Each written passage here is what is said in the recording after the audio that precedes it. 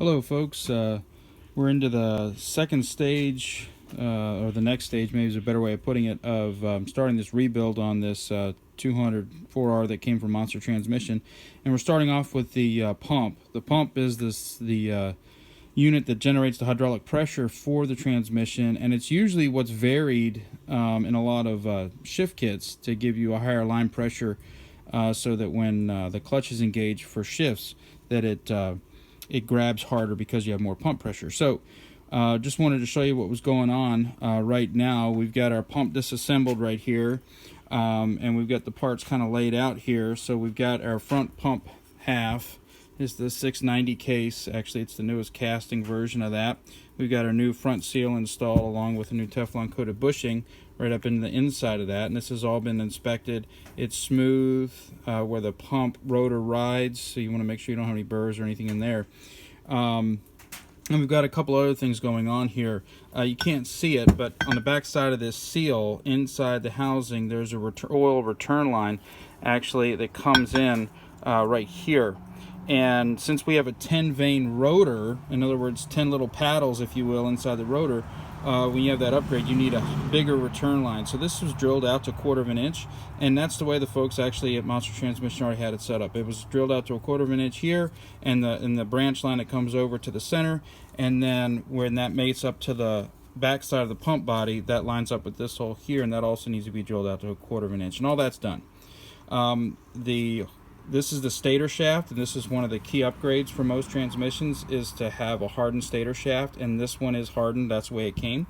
We've got some other things that we already did to the back side of the pump half, and this is the 088 casting, so again the newer version of that, the more desirable version.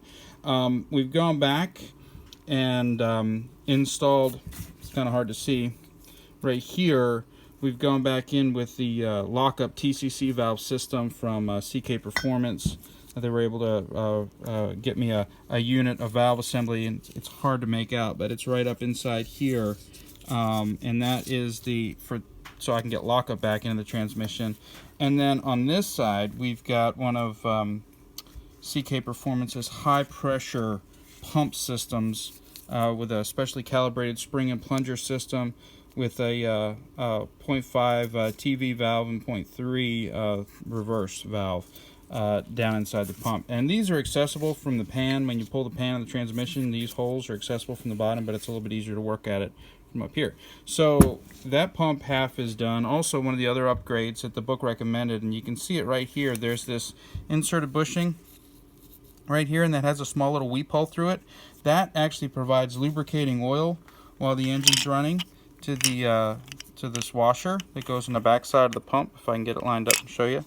So you can see it provides a little bit of lubricating oil through there. The folks at CK Performance, where you can see the book up here I'm referencing, they recommended drilling that out to 45 thousandths. So I got a micro drill bit and drilled that out to 45 thousandths, and you can see right through there. So that's going to increase oil flow back and increase lubrication on the back side of the pump, where the elements are rotating on the back side, and this part's stationary inside the transmission. All right, so the next couple things that we have going on here, and this is the major upgrade right here, is what's called the rotor. And this is the rotating element that the torque converter tines, that these tines on the torque converter actually key into inside the pump. They key into these little ears right here, and that thing rotates around while the rest of this body stays stationary. And those little paddle wheels called vanes actually generate the pump pressure. That is rotating inside something called a pump slide, which is right here. And so this is the pump slide that came out. You want to mic these off. They need to be within 1/1000 or 1/1000 to no more than 2/1000ths of an inch thinner than the pump body. And I mic'd all that off, and the new rotor as well as the pump slide are good. This is the old rotor that came out. It's also a 10 vein pump rotor, but this is the standard stock cast iron rotor. Since I'm running a full manual valve body with full line pressure all the time, I wanted to get the heaviest duty pump rotor and to make sure I'm not going to have breakage. So this is an all billet steel custom pump rotor from CK Performance. So it's a great upgrade for this pump, so that this pump is going to live long underneath those efforts.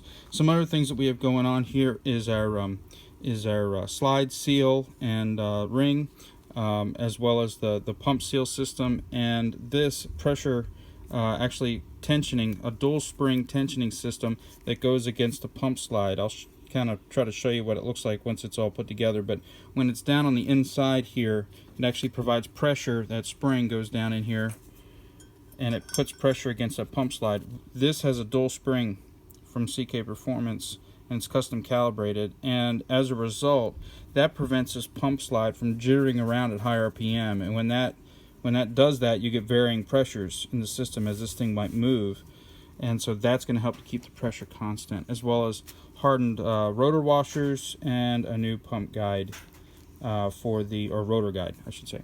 So that's the pump parts and pieces. I'm going to go ahead and continue on the build and put these things together, and maybe I'll splice in another video here showing you what it looks like assembled before I connect the two pump halves together.